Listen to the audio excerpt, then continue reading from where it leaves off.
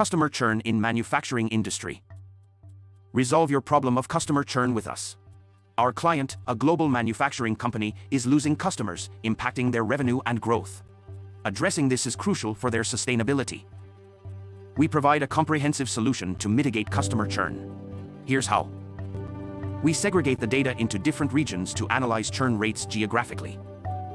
We identify regions with the highest churn rates to focus on understanding the underlying reasons for customer attrition. Our analysis revealed that North America has the highest churn rate, so we initially focus on this region.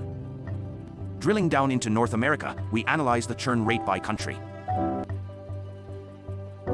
The total number of years of ordered data. Identification of top churn products. And analysis of buying patterns. And customer churn at the enterprise level. Based on our analysis, several reasons for customer churn were identified, including low order frequency, high order delay percentage, infrequent ordering, and issues with specific sales channels. If churn had been controlled over the last 4 years, the company could have earned approximately $2 million more.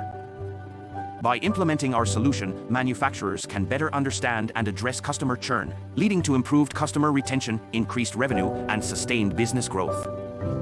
Contact us for more details.